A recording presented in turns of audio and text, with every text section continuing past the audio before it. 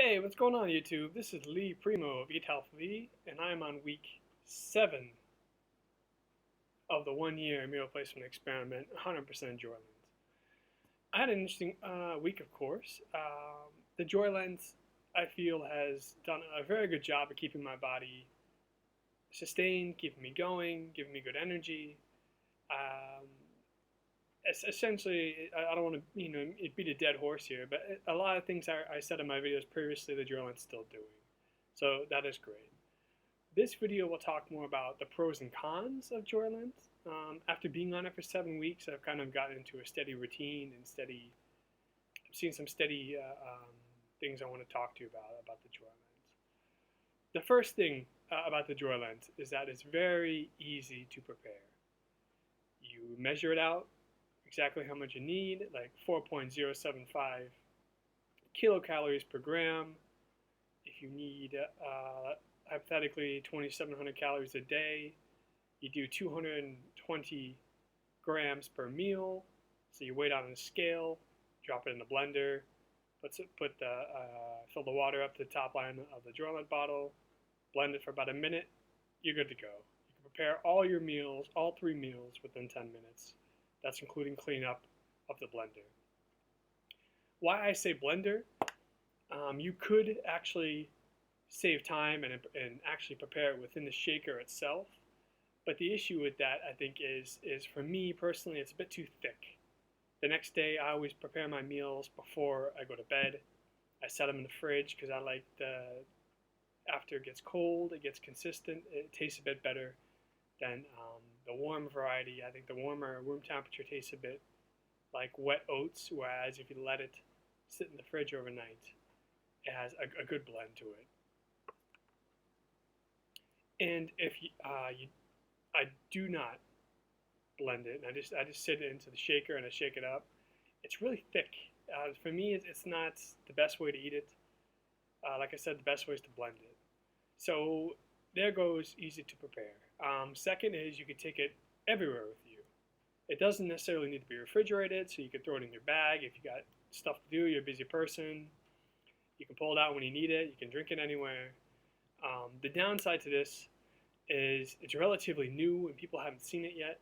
So when they see it, the reactions are a bit different. Like, oh, what is that? Is that another one of those weight loss shakes? Sometimes they look at you and it looks like something completely foreign to them because, like I said, they've never seen Joylent before. So convenience, taken with you, that's good to go. Another positive aspect is weight loss or weight management.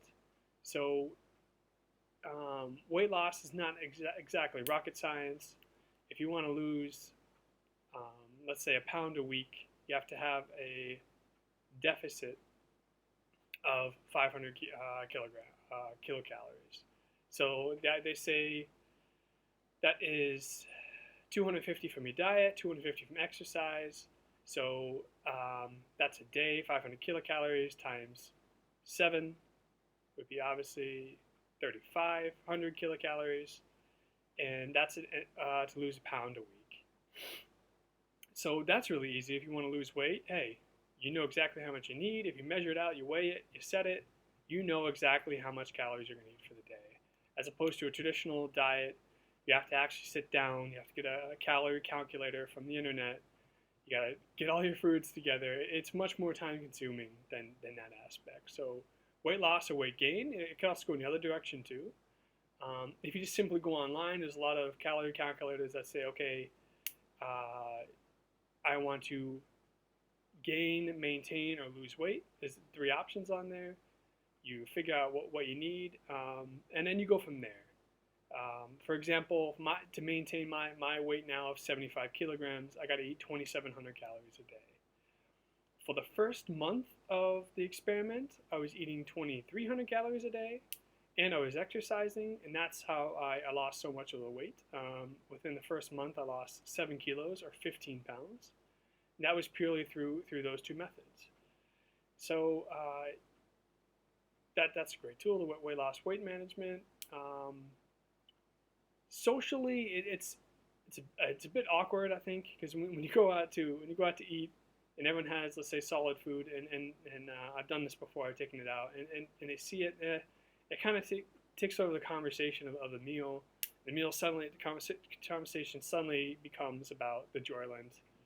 Um, and that aspect I didn't like about it, because you got to answer a lot of questions about Joylent, and you know, it's not, I don't know, for me that's not too exciting. And some of the reactions you get are obviously good and obviously bad, depending on how the person's view on it is. So I mean, it's good to discuss Joylent. Don't get me wrong, but it certainly takes over conversations. And after hearing it a while, it kind of you get a bit tired of it. But other than that, so we have let's say some of the cons. I would say the gas is still there. So I'll retrack here. The first 3 days I started taking 100% Joylent. I had pretty bad gas. It was horrendous.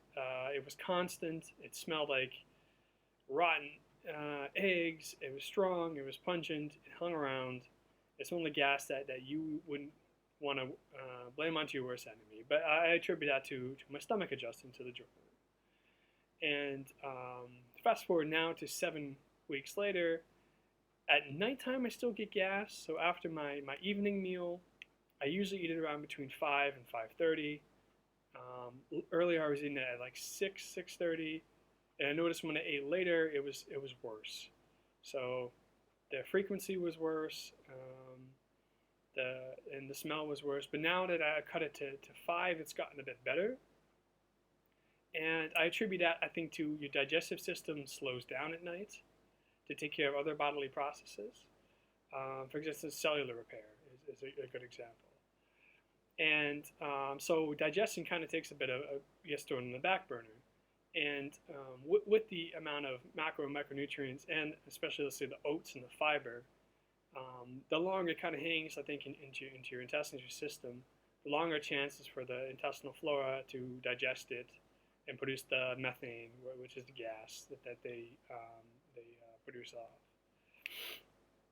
So the gassiness is an issue. I've been on it. I've seen on it, and I think maybe that can attribute to anything from the whey protein side of it to the fiber content to the oatmeal. Oatmeal's a really good source for your intestinal flora for food, and the fact that it's already kind of ground down and before you even eat it, and you eat it, I think your body processes it maybe a bit even further than normal solid food, possibly. So the gas aspect is an issue.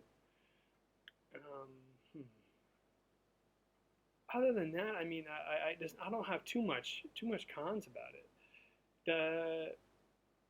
I did notice that the Joylent did stick to your teeth a lot easier and to your tongue a lot easier than solid foods.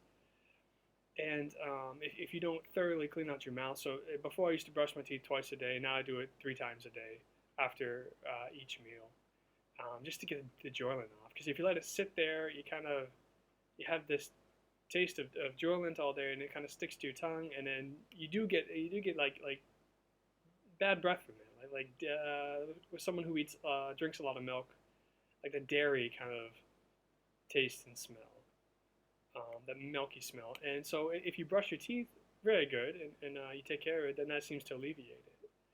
And to track back, one more good thing would be you have to drink a lot of water. So that's great. I mean, right now I'm getting about between 2.5 to 3 liters of water, including the Joylent. The water goes into the Joylent mixture. So that's great. Other than that, that's about all for the pros and cons for now. I hope you enjoyed this video. Please remember to look in the bottom part. There's the blog space where I upload all the anthropometric measurements and my blood sugar, so go check that out. It's good stuff to read. And I'll see you guys next week. Take care. Bye-bye.